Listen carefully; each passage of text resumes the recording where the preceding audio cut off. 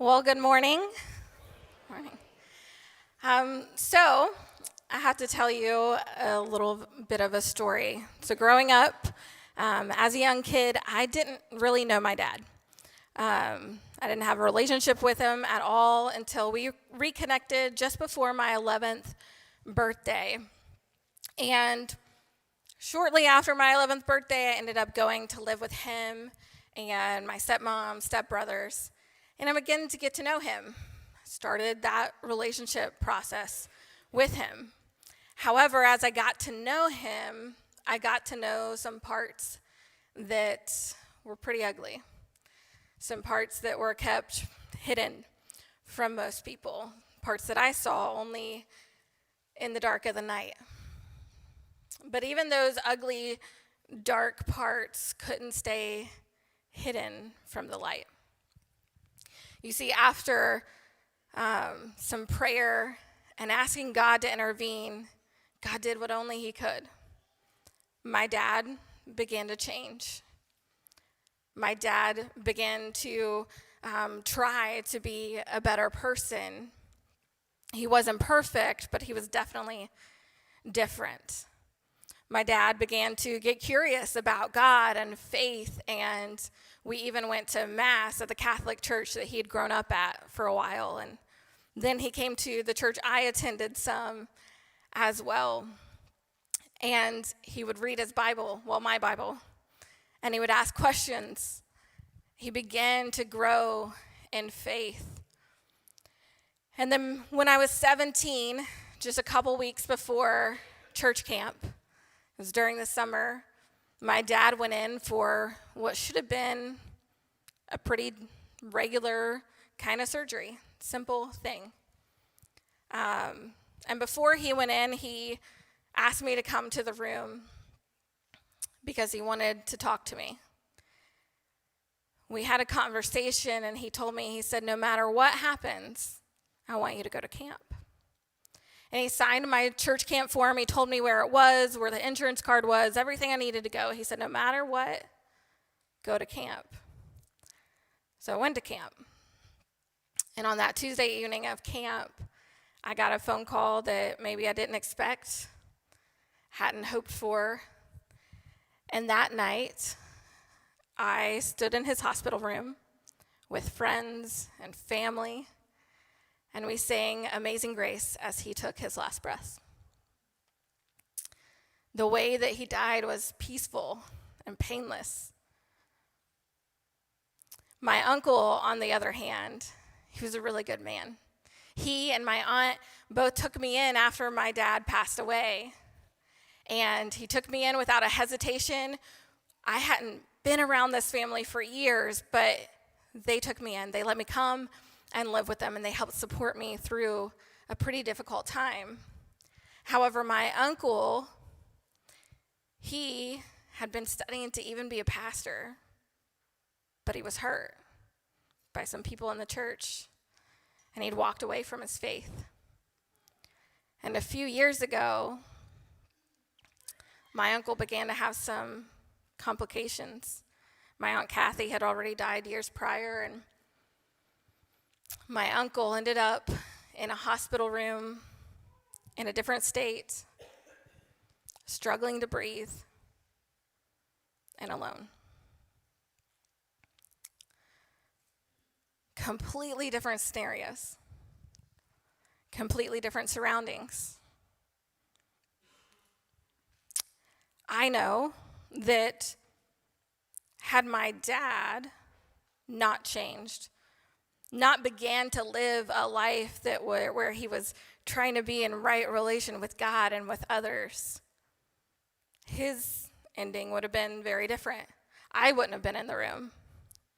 My brothers, my biological brothers, they probably wouldn't have been there either. I wouldn't have had the peace that I was able to have in that moment because there would have been a lot of unresolved things. My dad maybe wouldn't have even made it that long. You see, because I remember back there was a time where he had some suicidal thoughts, had the gun ready, but he prayed for a sign, and God showed up. my uncle, he was a good man, but abandoned his faith and died very differently. And I can't help but wonder if the way that they died was in relation to the way that they lived with or without God. They both died, and death is something that is inevitable in our lives. We will all face it. We'll all experience it. But it has me thinking, if the way that we die might be related to the way that we live, then shouldn't we want to live well? Shouldn't we want to live in right relation with God and with others so that when the time comes, we can be at peace, fully at peace. Our loved ones can be at peace. But how do we learn to live well? Well, what's the difference between living well and not living well? We've been hearing about it for the past 6 months. We have. And I know you're really glad you came for the final week of our Rise and Fall series. It's so cheerful and upbeat. Yeah. Well, I want you to know, hope's coming, okay? Hope's coming. We'll get there. But through the past 6 months, we have been going through the book of 1 Samuel. We've seen the rise of the great prophet Samuel. We've seen the rise and downfalls of kings and kingdoms, right? We've been seeing this contrast between David and Saul over the past, I don't know how many weeks, and the way that they lived their lives. And last week, Pastor Scott shared that the difference between them last week is this: David chose to live a life submitted to God. He lived a life with God, and he had very different experiences than what Saul does in our final few weeks. Even in David's troubles and chaos and in the pursuit of his enemy, when his enemy is pursuing him, even in that, he experienced peace. He decided to stay faithful to God. Even through those things, he trusted God while he waited. He decided that even in the difficulty and even in the unknown, he would wait on God. Today, we're in the final chapter of 1 Samuel. And we're going to see this contrast of David and Saul really come to its climax. So you can follow along on src.life or with the screens or on your own. But in 1 Samuel chapter 31, verse 1 through 3, it says this: Now the Philistines attacked Israel, and the men of Israel fled before them. Many were slaughtered on the slopes of Mount Gilboa. The Philistines closed in on Saul and his sons, and they killed 3 of his sons, Jonathan, Abinadab, and Malchishua. The fighting grew very fierce around Saul, and the Philistine archers caught up with him and wounded him severely. So if you've been following along, we see that the writer had taken a break from Saul over the last couple weeks. Over the last couple weeks and couple chapters, we saw David, how God had moved on David's behalf, both defensively and offensively. Defensively, when he kept him from having to fight with the Philistines against the Israelites, and also offensively when he helped him defeat the Amalekites. But the chapter before that, we had seen Saul. We're introduced to the part of the story today, which is the very next day after chapter 28. In chapter 28, he had this little side trip to the city of Endor to go before a witch and ask to speak to Samuel. If you missed that one, go back and listen to it. It's great. But so Saul, just the very day before this, heard that defeat and death was imminent. He was told, you're going to lose your sons. You're going to lose your life. Your army will be handed over to the very enemy that you were called to rescue them from. And you're going to lose your kingdom to your neighbor, David. He's told these things, And the very next day, he is now experiencing them in real time, real life definition. He comes face to face with this moment. He'd heard it before, but maybe, when we hear hard things, we think, sure, okay, but it's not yet. Won't happen yet. Still got time, still fine. But Saul didn't have time. He was coming up to the place where he was running out of time. And he doesn't have the pleasure of dying before seeing a lot of this come to pass. He's seeing his army flee. He saw his sons were already dead, and now he is critically wounded and experiencing this. The next few verses, it says, Saul groaned to his armor bearer, "Take your sword and kill me before these pagan Philistines come to run me through and taunt and torture me." But his armor bearer was afraid and would not do it. So Saul took his own sword and fell on it. When his armor bearer realized that Saul was dead, he fell on his own sword and died beside the king. So Saul, his 3 sons, his armor bearer, and his troops all died together that same day. Saul's life comes to an end. The Lord's first anointed king has this ignoble death that comes in a shocking but succinct manner. We see that we get this sense of Saul's emotion in this text. We get a sense of his despair, of his loneliness, of his feelings of abandonment and desperation. He's even worried about what the Philistines will do to him after death, and it's not unfounded.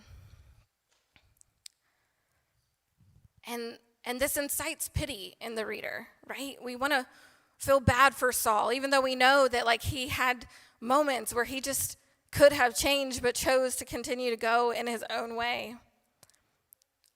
Saul died in such a way that reflected the life he'd lived, the life he chose to live. You would say that he reaped in death what he sowed in life. Saul lived in such a way that he was always grasping after power that he wanted to keep in his own human structures. But in his seeking of that power, he forgot about the one who really truly held all the power.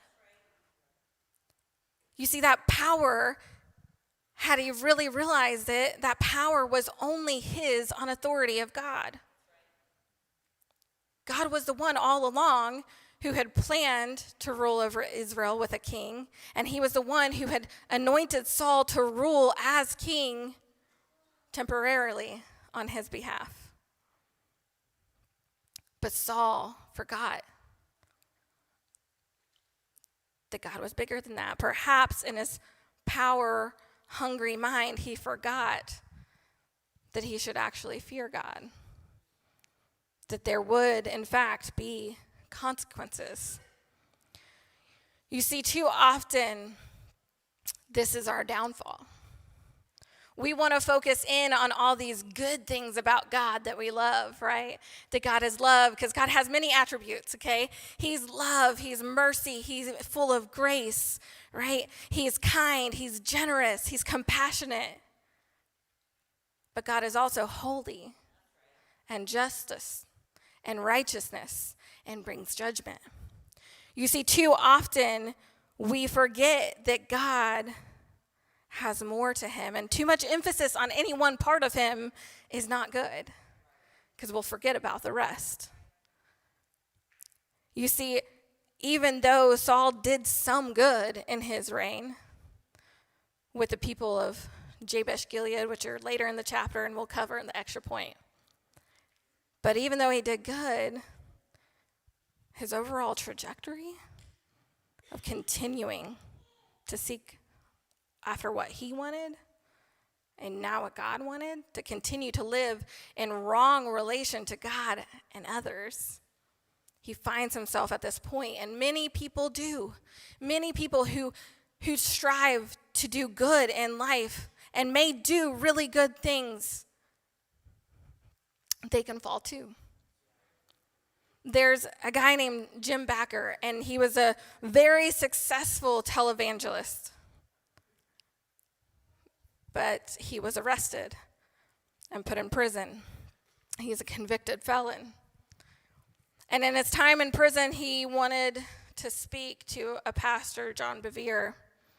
And John Bevere comes to interview him while in prison, and he asked Jim Bakker this question. And he thought this was the question to really answer it all. He asked him, he said, "When did you stop loving Jesus?" Jim Bakker, though, he shook his head. He said, "I've always loved Jesus. I never stopped loving Jesus." And he hung his head and he said, "I lost my fear of the Lord." You see, Saul seemed to have no fear of the Lord, and when we fail to realize that God is also holy, we forget that there are consequences for our actions. God is not some God who just, is going to bring judgment in some distant future days, but there are things that happen in the here and now. Yes, he forgives, but it doesn't mean that you are spared from the consequences of your actions. All of us will suffer consequences for our actions in this present life, not just in the next. All of us will. I'm trying to get my daughter who's 6 to understand this because she gets so upset. She wants to do what she wants to do, but then gets upset when she gets in trouble for it. Like she wants to talk at school when she's not supposed to, and then gets upset when the teacher calls me. My grandmother used to say, "Do whatever you want to do, as long as you're willing to pay the consequences." That was her parenting technique. But Saul's consequences, they're severe. He loses his life, his sons' lives, the lives of many of his men, his kingdom, his dignity, all in the same day. It's a lot to lose. We have a lot to lose too. Saul saw all the wrong things. And he came face to face with the consequences of his actions. What might the consequences of your actions be? Are you willing to take that risk, to come face to face with the consequences of your actions? Too many families have lost it all because of the actions of what somebody wanted to do in a moment. Saul sought after power that was only ever his temporarily, even if he'd have been suitable to serve and continue to serve as king. It was only ever his temporarily. I want to tell you, the things in this life, the things that we strive for, success, money, wealth, homes, all this stuff, it's only temporary. It's not that they're bad things. Saul's power was a good thing if he'd have used it properly. You can't take those things with you, though, when you die. You know what you do take? You. You take you. Nothing more, nothing less. You take who you are at the core with you. Do you want to take you with you? Some of us don't always like ourselves. And if you don't like yourself now, you're not going to like yourself then, because you'll still be you. So I want to ask you, who do you want to be? Like, who do you want to be remembered as when you go? Who do you want your kids to think of when you're gone? Who do you want your coworkers to think about when you're gone? You want to get real with this? Let me tell you. Go to ChatGPT and ask for a hypothetical eulogy for yourself. did this Thursday. I put in the things that matter to me and the things that I would want to be remembered by or as, and I wept as I read it. Because I can only pray that that kind of thing could be said about me when I'm gone. But it's all dependent on my choices. Because I took it a step further and I asked it to write me one as though I abandoned my faith. And I kept seeing this phrase that Cheryl was true to herself. That in true Cheryl fashion, she did this. One instance said that I charted a course that felt true to who I was. So many people would say this who want to live in such a way that's only there for them, right? They say, people say, be true to you, right? They say, be your true self. But at what cost? I don't want to always be me. Some of me, it's not very good. Another part even said this line. She chose to step away from the beliefs that had defined much of her life. That's what Saul did. Saul chose to step away from the definition, the way that God had defined him, the way that what God had said of him. He chose to step away from that and define his life by his own standards, his own desires. My uncle did this when he chose to step away from the life that he was seeking before. Both died, true to themselves. I prayed. I remember when he was in the hospital in Huntington, I had this urgency to go and see him, to just try one last time to give them this choice and pray that he would choose right. I had this urgency within me. Pastor Anna encouraged me to go, but when I got there, he was unresponsive. To my knowledge, I don't think he did. I can hope, right? So I prayed, I mourned, so did Samuel for Saul. But as much as we prayed and as much as we mourned and as much as we tried, we couldn't change them. Nobody can change you except for you. You have to choose who you're going to be, how you're going to live. You choose that. Nobody else, nothing else can choose that but you. It is a individual, personal faith decision. And here's the thing. I know this feels heavy. I get it. When you're quiet, I often know it's because, it's heavy. Your self-reflection does that usually. But I feel this burden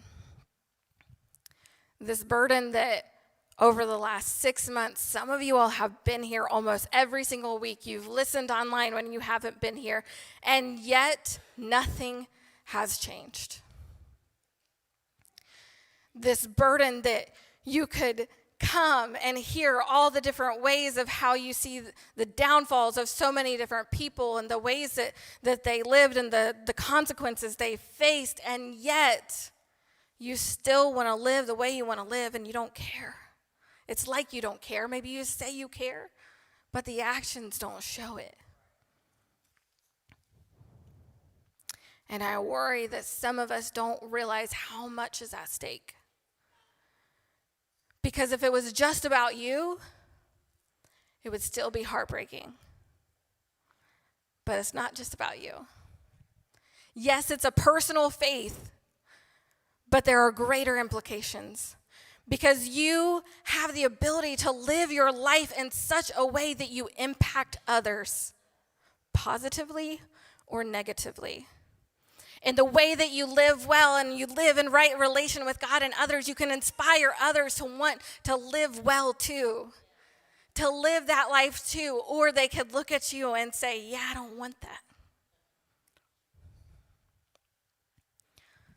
There are greater implications to the way that we live. And there are greater implications in this story too. See, Saul faces consequences, right? But it's not just him. It goes beyond him. His sons, his men, the kingdom. In verse 7 it says, when the Israelites on the other side of the Jezreel Valley and beyond the Jordan saw that the Israelite army had fled and that Saul and his sons were dead, they abandoned their towns and fled. So the Philistines moved in and occupied their towns. The Israelites fled. Saul gave up territory to the enemy that should have never been, that he was supposed to rescue them from. Are you willing to give up territory to the enemy that isn't his to take? Are you willing to give up not just your life? Pastor Scott said some of this last week. Are you willing to give up your kids, your grandkids, your communities? Because you don't realize there are effects. There's a cause and effect reality of your actions that goes beyond just you. And I can't help but wonder, did Saul know this? Did Saul realize the gravity of this? Did he understand the weight that was upon him? Because this weight is what your pastors feel. It's a weight that knows it's not just about you, but it's about the people in your church, in your community, their families. Power isn't fun. Holding positions and places of authority comes with a weight and a responsibility. Saul had failed to realize that. See, but he did realize it the day before. If you go back to chapter 28, when he heard these words, he fell down. He lost all strength. He was devastated. He was shaken. He was full of fear in that moment. Completely devastated because his defeat actually came before he experienced it in real life, because in that moment when he was given those words, he'd gone through every avenue he could to try to get a different answer, and he didn't get it. He had tried so hard to hold on to these things, to hold on to this power, and he couldn't hold on to this. He had set in place some things because of his actions that he was powerless to stop. These things he set in motion, he could not stop it. It was too late. It was too late for Saul, and that's where the defeat comes in. See, Saul chose to live this life without God, and because of that, it led to death, destruction, devastation, defeat. Is that the kind of life you want to live? I'm not trying to scare you, because I don't believe that there's any right fear except for the fear of the Lord. We should not fear death. We should not fear any other power or any other thing other than God. But here's the deal. It was too late for Saul, but it's not too late for you. It's not too late for you. You still have time. You still have the ability and the will to change. You have to have that will, though. You have to do it. This book ends with a fallen king, but it doesn't leave us there, because we've been following the story along. So we know that it ends with death and defeat for Saul, but the story also ends with hope and expectation.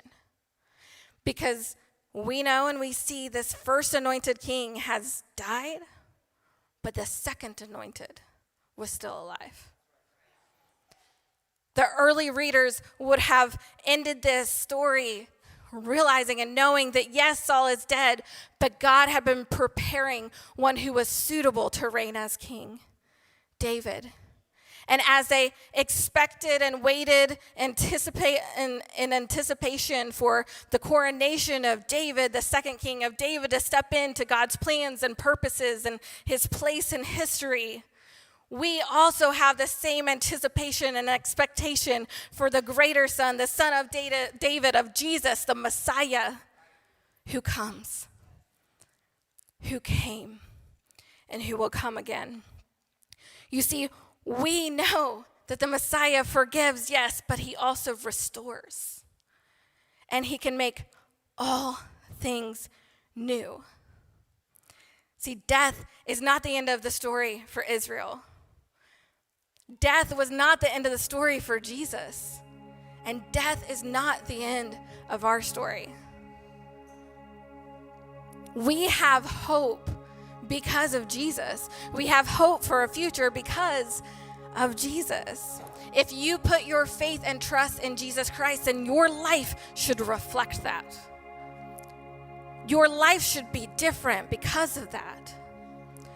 Your life should be one that shows and reminds people that yeah, sure, there's judgment in the distant future and the hereafter, but also now, but with Christ, the gospel message through Christ shows people that there is not just a reward in the hereafter, but in the here now. You see, through Christ, we can have hope and peace in this life, regardless of what's going on. That's where David was at, living in that hope and peace, reflecting the true nature of who he was, someone who lived with God. And so even in the chaos, even in the craziness, he had hope, he had peace. And when we choose to live our lives in such a way that we're living well, in right relation to God and others, then we live full of hope and full of peace. We don't have to live in fear of death and the things to come, whether it's a physical death or whether that's the death of our power, our success, our jobs. No matter what that death is, we don't have to fear it, because we know for the life of a believer, death is not the end. Death is actually the beginning. You see, the problem with people who fear death is that they've never really lived. You see, Jesus died for us to be able to have a rich and satisfying life, a life to the full. But if we haven't died to our old selves, to our old life, to be given our new life and to be made new, we're not really living. So the key to living well is actually dying well.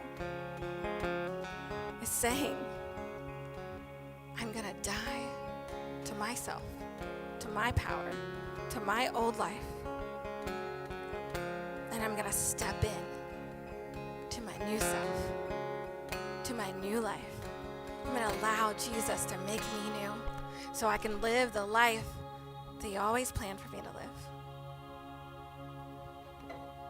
I just imagine that. Imagine what our lives would look like if we step into that life and truly live well, in right relation with God and others. Imagine what your families would be like. Imagine what your community would be like. Imagine what your schools would be like. Imagine what your workplace would look like when people are living that life that's full of hope, that's full of peace, that shows that no matter what is going on in this life, I have hope, I have peace, because it doesn't come from anything in this world. And what's wonderful is that when you believe that Jesus not only died and rose again, but that he ascended into heaven so that he could send the Holy Spirit to live inside of us, you receive that Spirit with your new life. And you don't have to live well in your own power or your own strength. You have the Holy Spirit who lives inside of you to help you do it. And it's on that strength that you can